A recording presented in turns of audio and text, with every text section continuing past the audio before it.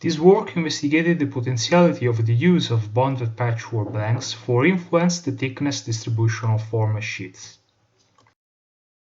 In fact, the sheet metal forming operations generally involve the production of parts characterized by a non-uniform thickness distribution, while it is usually desirable a product characterized by a uniform distribution of thickness.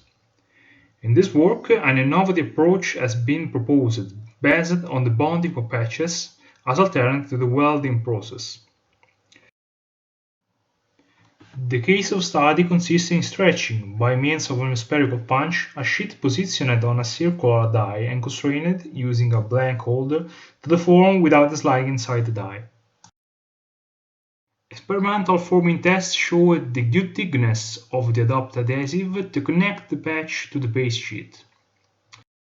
A numerical model was developed to investigate the forming process. The material was modeled following an ordering law of the power type. For considering the friction effects, the modified column friction model was implemented.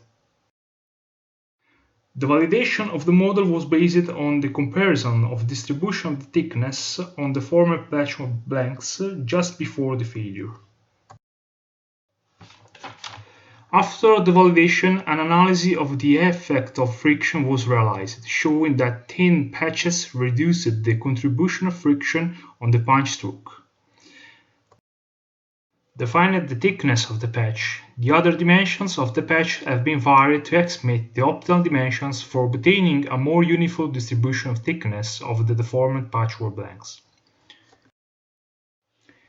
In conclusion, experimental tests show the capability of the bonded patch of influencing the thickness distribution.